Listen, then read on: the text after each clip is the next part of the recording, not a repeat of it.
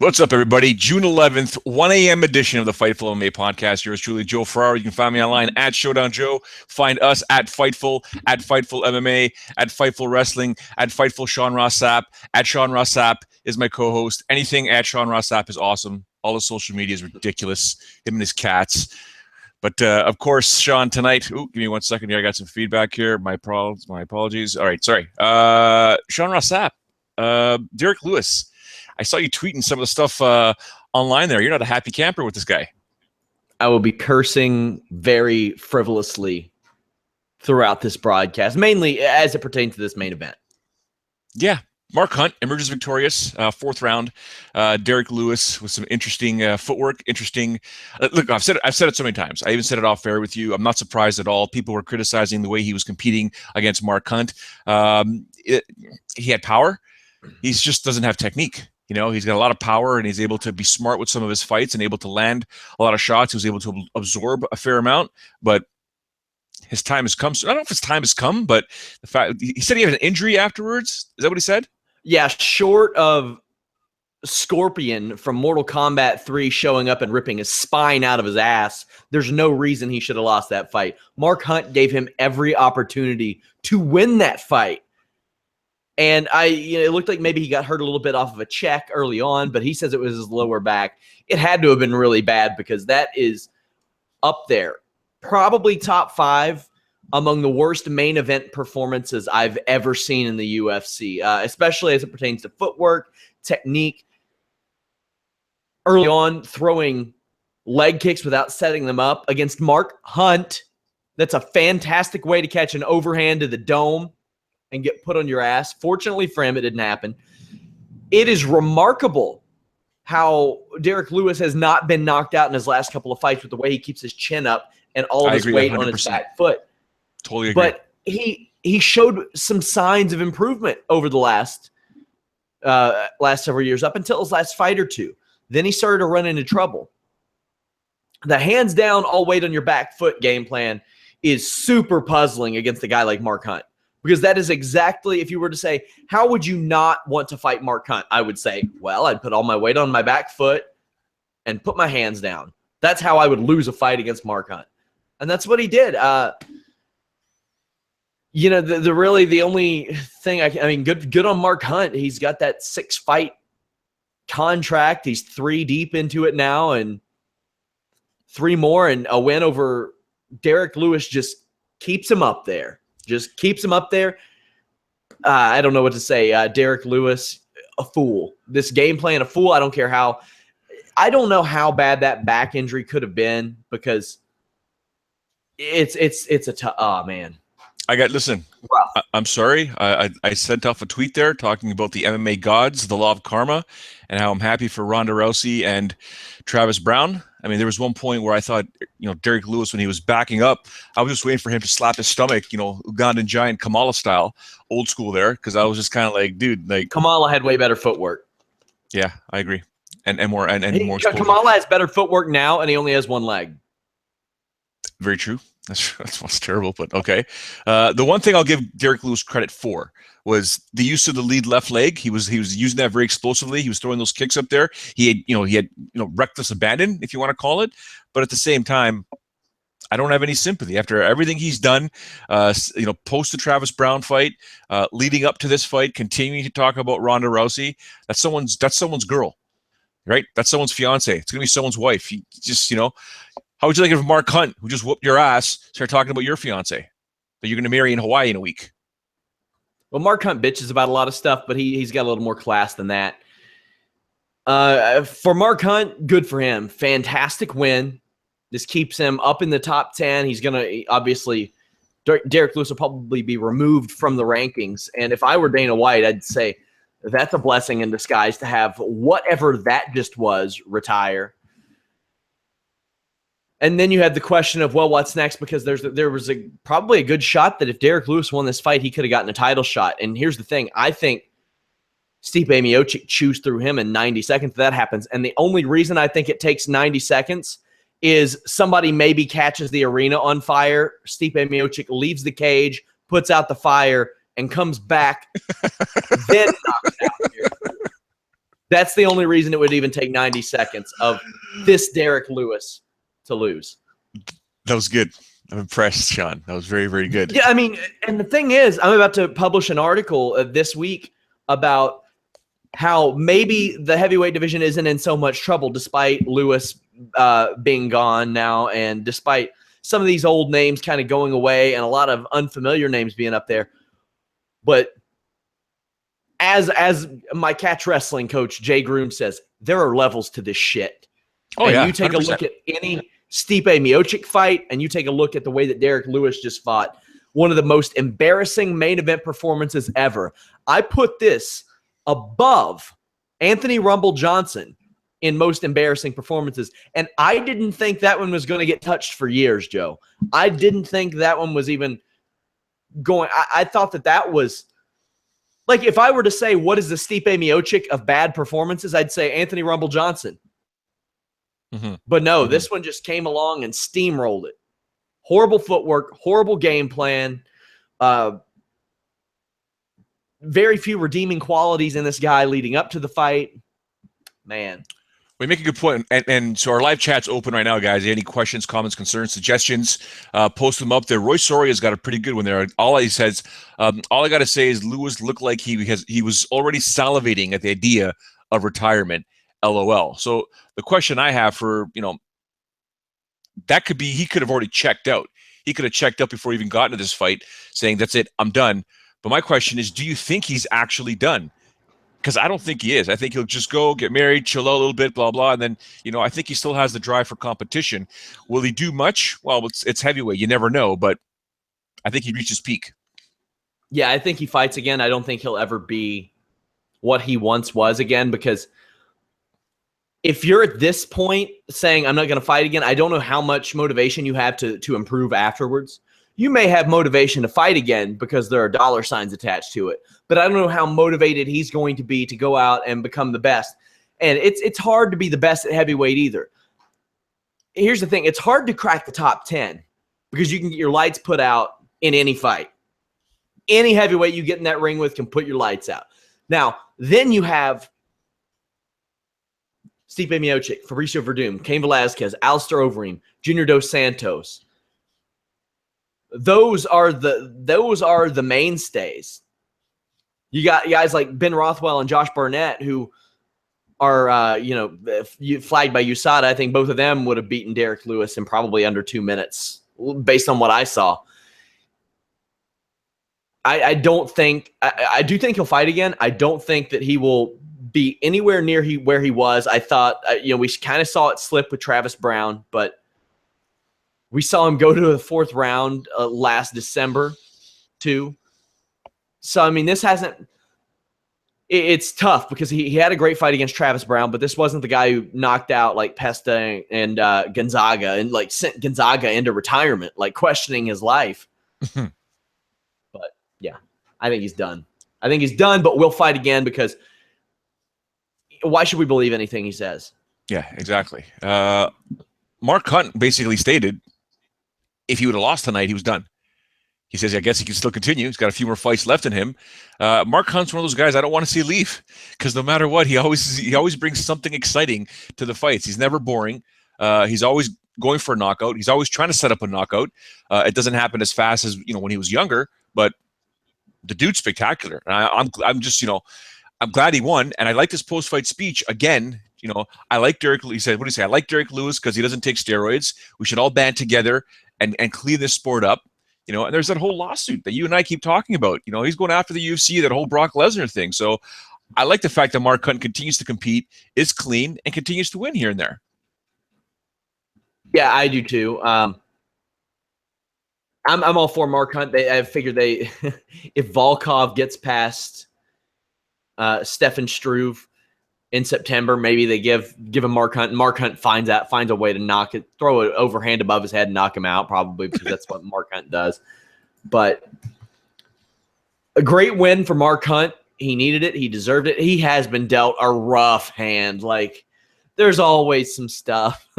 There's always some stuff. Like, there was the IV with Overeem. He fought Brock Lesnar, and we all know what happened there. Frank Mir has his history with PEDs. Antonio Silva, You know, that's tough because if there's one guy that you could point at, I think he deserves or doesn't deserve it. He needs it. Yeah, he needs TRT. That's one thing. But yeah, I completely, and you know, Fabricio Verdum's physique has kind of changed over recent years. That may have more to do with age than drug testing. We don't know, but a good win for him. And you know, I think it's a good win for the UFC too, because Derrick Lewis probably didn't seem like he was going to fight after this. At least they get something out of Mark Hunt. Maybe he can make some of the money back for them that he's going to end up winning from them in this lawsuit. Hopefully. I didn't even mention Mark Hunt in my article this week with the whole Mighty Mouse Johnson thing, but there's another example right there of guys are banding and sort of together or just simply going after the UFC. I want to get to that in a moment when we get a little further down this card here. Derrick Brunson and Dan Kelly, that one lasted 76 seconds. I didn't think that was going to last 76 seconds. I thought that one was going to go a while. I did think that if it was not Derrick Lewis, I said Brunson, correct? I didn't say Lewis. But yeah, Brunson, 76 seconds takes out Dan Kelly, who #dadbod is awesome. But I thought that one was going to go longer. If it was going to go short, Derrick Brunson was going to win that fight because he's so explosive. But he did take his time, and he got very smart with it, and he just landed a beautiful left that Dan Kelly was like, okay, lights out, I'm done. Didn't even have his foot planted and still knocked him out. Yeah. So I mean, I don't know what this really does for Derrick Brunson in the rankings, other than the fact that, you know, he gets that win. You know, and he calls out Antonio, he calls out Carlos, he calls out Silva, and he calls out whatever his name is, and he calls out Junior. He called out every Antonio, Carlos, Junior, Silva guy out there. So I'd rather see him fight someone better, but if that's the fight that he wants and it's going to be an exciting fight, get her done. Yeah, I thought this one was going to end early. I thought Brunson was going to knock him out. There were, like, as long as he didn't go full Whitaker against Daniel Kelly, then I thought that he was going to just knock him dead. And that didn't take long to happen. I like the call out because I think he recognizes Shoeface as a big a big prospect in that division. So that one's cool. It'd be a good fight. Doesn't do a damn thing for him in the rankings. And for Daniel Kelly, he got his top 10. Though, Sean. It's a huge risk for him. What's he gonna do? Take Shoeface down to the ground? That's not a good idea. Yeah, I agree. I might knock him out. Yeah. You never know. That's the thing about Derrick Brunson. Like, you never know. Daniel Kelly, he wanted his top 10 fight. He got his top 10 fight. He lost his top 10 fight. There you go. He's very lucky to be in the. He's lucky this didn't happen to him against Rashad. Yeah. But Rashad is Rashad. That's the thing. I don't know why anybody would pay to watch a Rashad Evans fight at this stage. Hey, but that's my boy. That's my boy. Well, he can be your boy all he wants. He puts on some terrible fights. I don't know if that'll be the case against Sam Alvey in a couple months, but I don't know if Sam Alvey can have bad fights. Yeah, Dan Kelly got his shot. I'm glad he got his shot, but they'll probably just keep using him on these New Zealand and Australia shows as they should. Just like they'll use Dan Hooker, who takes out Ross Pearson with a brutal knee. Just when you thought Ross Pearson, I'm looking at this fight, I'm thinking, you know, Dan Hooker's doing what he's got to do, jabbing, crossing, blah, blah, blah, doing really good. And Pearson shows his veteran savvy, and he's like, you know what? I'm going to adjust to this. I've got his timing. I'm doing this and doing that. Next thing you know, Kelly just comes up with that knee and just says, game over. Mouthpiece one way, body the other way, skull the opposite way. Game over for Ross Pearson. A fantastic performance by Dan Hooker, to say the least. There were times where this was like really pretty defensively hideous by Ross Pearson. He would stand in the pocket but not throw any punches. And his head movement isn't where it used to be able to do that. Now, does he show glimpses? Yeah, but when you sit in the pocket with a guy who has the type of range on you that Hooker does, there's not a lot of good that can come from that. It seemed like a matter of time to me that Hooker would either pick him apart or just put him out, and he finally got put out. Hooker's footwork looked a little bit improved. That's good because in previous fights it didn't look so hot. Either that or Pearson's was just so slow by comparison that maybe it looked okay. I got to think Pearson's done in the UFC, but he's the type of guy that Bellator loves. He'll be fighting a pit bull brother in no time. Take it right out of my mouth. Take it right out of my mouth. But good call. Good call. Speaking of bad calls, not so good calls. If there was ever a time I wanted John McCarthy to walk into an octagon and grab a referee and pick him up by his throat and choke slam him, it was that referee that did the Kudaliba versus De Silva fight, who allowed Kudaliba basically to walk right across the octagon as his name is getting announced and get right into the face of his opponent while the announcer is still announcing his name, and then walk back. And the referee's like, oh, dude. I'll tell you right now, Sean Ross Sapp, when you take that course with Big John McCarthy, the command course, and I can guarantee you that it's probably brought up in every single course, or John brings it up in every single course, or Jaron Villal, or whoever's teaching the course that day with John there, they will bring it up. When the announcements are being made, the official announcements or the introductions are being made for the fighters, you pay attention. Those fighters stay in their corner. They can pace left and right. They cannot move forward to the center of the fighting surface. This dude not only walked to the center. I get Junior Dos Santos walking to the center and just, doing his thing to the middle of the mat, but this dude walked past the center line and walked all the way across to De Silva, and the referee had his arms crossed laughing. Are you insane? Embarrassing. That was embarrassing. I bet Cutelaba is going to be thrilled that happened, though, because that was one of the most horrifying things, like the most horrifying minutes in MMA that I remember. From the stare down, like that's going to be used in highlights and promotion. And I tell you what, man, if you're going to do that to somebody, you better do what he did to Enrique De Silva right after. That wasn't even a fight. Jesus, Joe. Oh my God. And like the whole buildup, he was like daring De Silva. He's like, you better take me down. You better take me down. Because if you don't, I'm going to knock you the F out. And he did. Yeah. It wasn't even a fight. Oh, it was a beating. Man. It was just like. What does it say that Jared Cannonier took like 50 strikes from this guy and beat him? I know. That's crazy. And Misha Serkinov too. Yeah. So it goes. It's just, first of all, and that Jonathan Wilson took like 80 of them and made it to the end of the damn fight. Oh yeah. Back when they fought. That's right. Oh my God. Because there was like after that straight, that was it. The fight was done. It was just De Silva was cooked. Wrap. Go home. It was, I don't want to say it's embarrassing, but it wasn't even a fight. It was just like, anyways. I had a lot of people saying, well, he's 2-2 in the UFC. And I'm like, man, he's 23 years old. 23 years old. He was like, God, I feel like he was 20, 21, 22 when he lost to Serkinov. And yeah, he lost to Cannonier and stuff, but that's so young, especially for light heavyweight, because light heavyweight, while it doesn't skew as old as heavyweight, it's going to start skewing a little older. That's just the way it is. The heavier you get, I think the more it kind of skews that way, but especially 205 and heavyweight. But the difference is, not every light heavyweight can put your lights out. This guy just showed that he could. Like, impressive. Walk me through what went through your mind. Those 49 seconds of Ben Nguyen taking out Timothy Elliott. Every one of the 49 seconds was awesome. And Tim Elliott's weird as shit, but I love the scrambles. I was like, and here's the thing, about 40 seconds in, I was like, hell yeah, I'm down for 3 rounds of this. 3 rounds of these transitions, because transitions from flyweights are a lot different than transitions from like middleweights or welterweights. Oh, it's not even close. It's just so fast, man. Yeah. The scrambles are a lot quicker. And not only that, they're able to get their feet underneath basically their hips and their ass a lot easier to get back to their feet. So it makes for a much more exciting ground game. But Ben Nguyen turned into Ben One. I saw that coming. Right? Yeah. I'll tell you this. I've been to and I've called my fair share of Timothy Elliott fights. I've called many of those scrambles.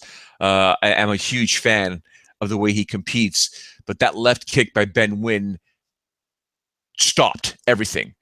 Timothy Elliott tried to go back and continue what he was doing to the point where he got uber comfortable when Ben Nguyen had his back. First of all, he should have never took his back, but then he took his back and he just got all comfortable, not caring about the choke, trying to play with the feet. And before you know it, you saw the hand go up and it was like, pop, pop, pop, pop, pop. It's over. See ya. And I was stunned. Absolutely stunned. Yeah, Elliott missed the head and arm and paid for it and got his back taken. That's going to happen. If I'm the UFC, I'm pretty happy about Ben winning because he's 4-1 in the UFC. He's got 3 finishes, 3 first-round finishes from a flyweight contender. Flyweight, yeah. So now you got Ben Nguyen, you got Sergio Pettis, you got Ray Borg. There are options here. Like, you can have a number 1 contender fight. That ain't some stuff that happens a lot in this division where you're like, ooh, we could put Ben Nguyen against Sergio Pettis and the winner gets a title shot. You don't usually have that luxury. So what did you think of his post-fight interview, though, when he was asked by Stan, where do you go from here? Who do you want to fight? And he's honest. Ben was just kind of like, dude, this division's like up in the air.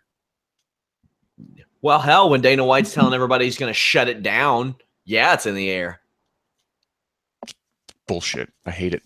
I can't stand it. It is foolish.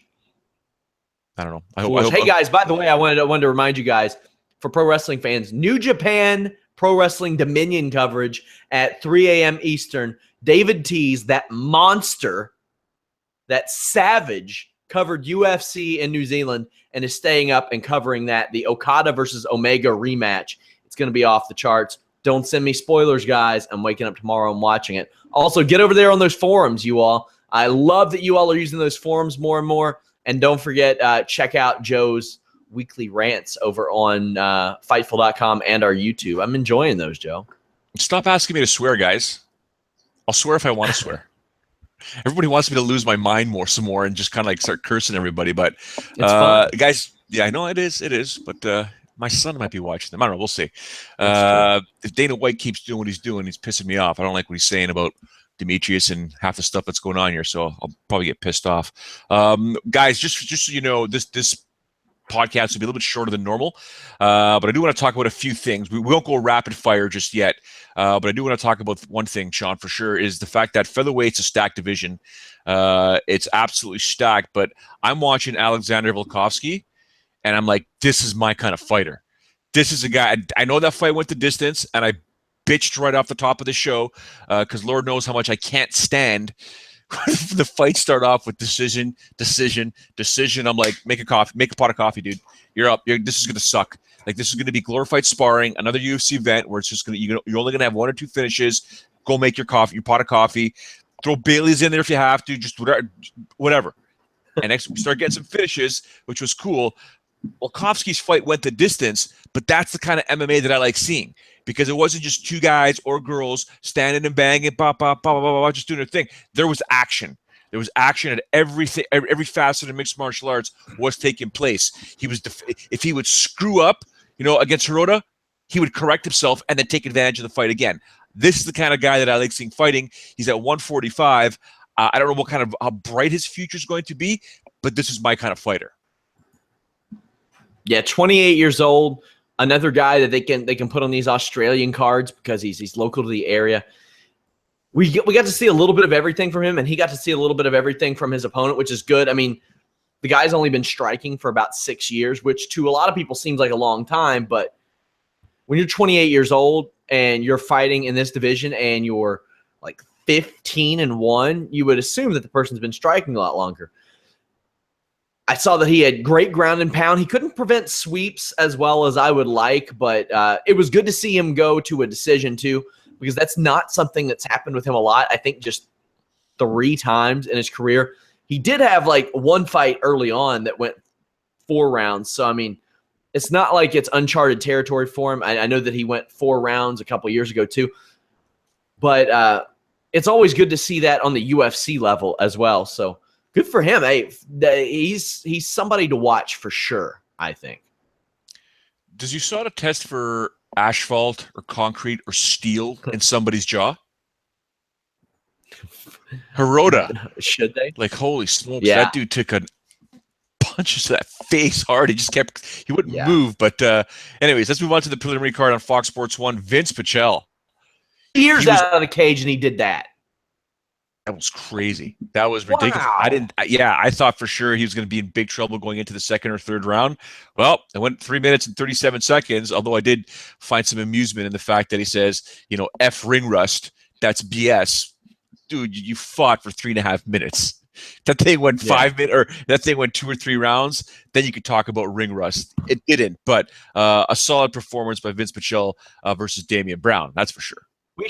We should get like a UFC sports science show on Fight Pass that has like him combating ring rust and like Brian Ebersol trying to prove that the guillotine is a myth and things like that. That they could do that for a one-off sports science, a bro science show for UFC Fight Pass. Normally, when I'm watching a fight, I don't care what someone's nickname is, but when someone calls themselves a Jedi, I get very upset.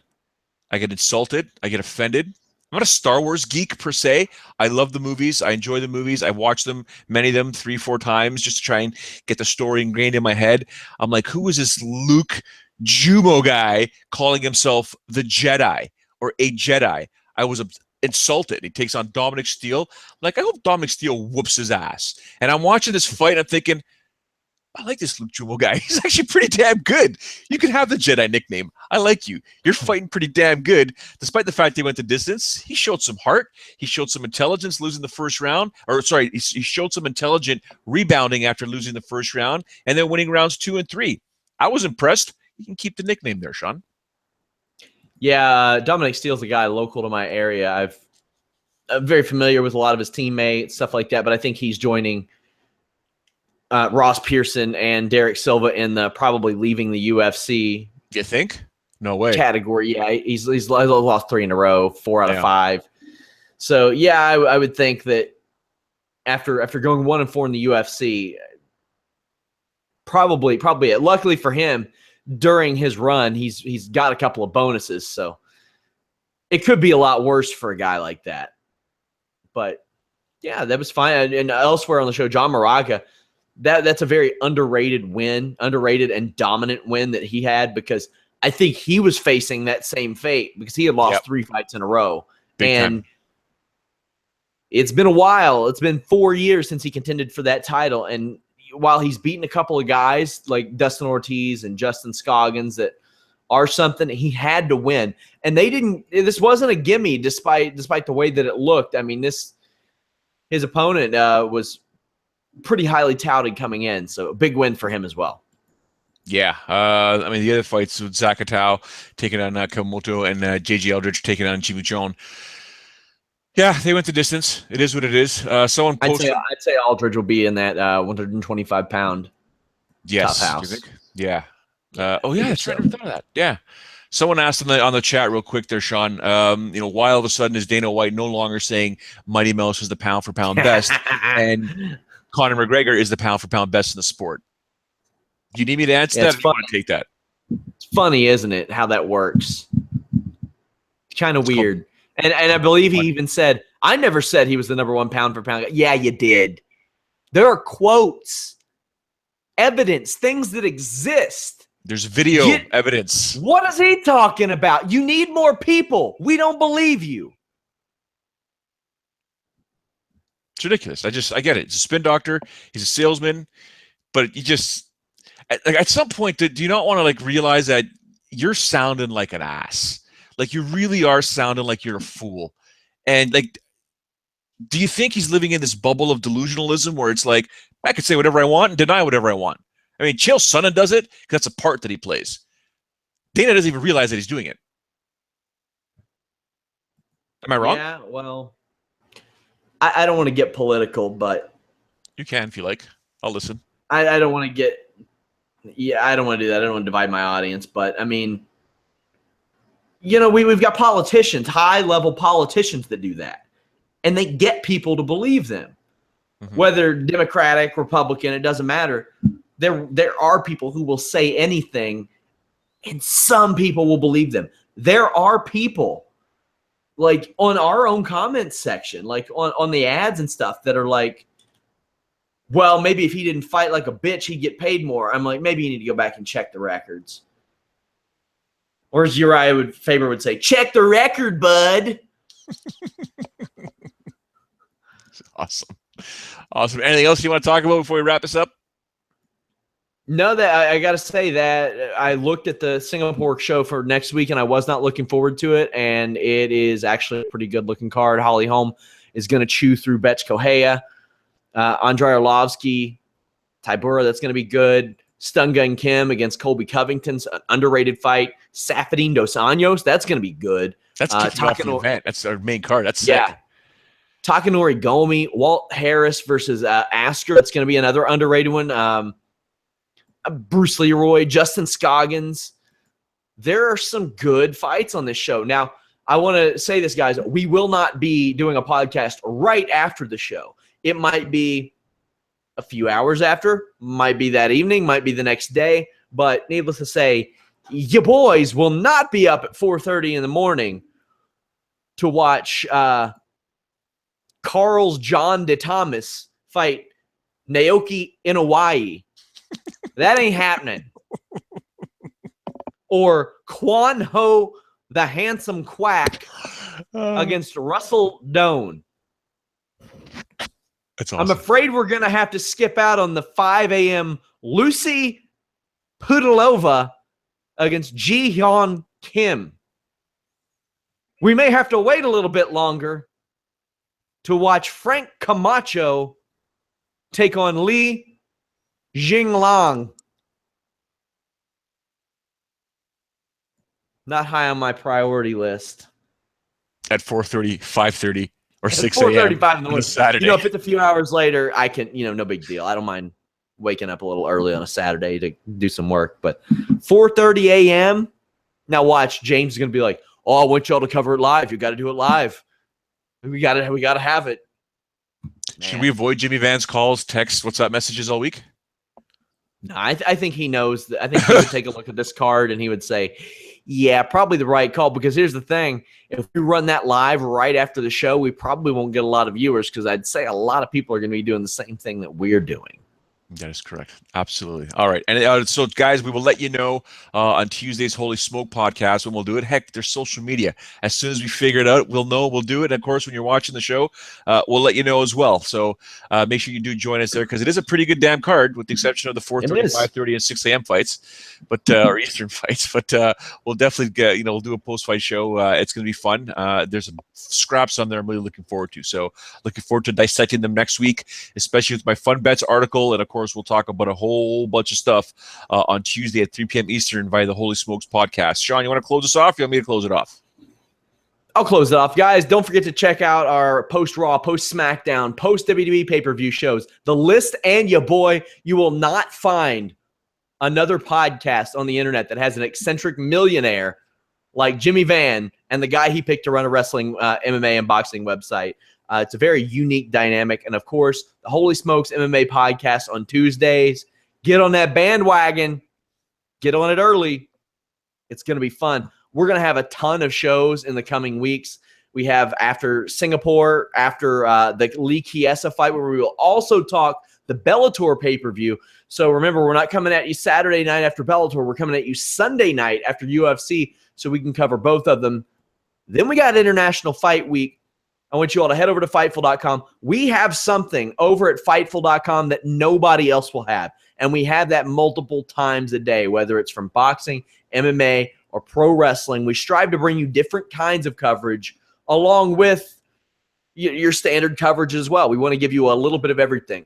Podcasts, interviews, photos, videos, news, results, live discussion. We got forums. I love those forums being so active. I want to thank you guys so much for supporting us. We are almost to our first year, and it's been awesome. I couldn't imagine being happier working somewhere than I am here. So thanks, guys, and we're out.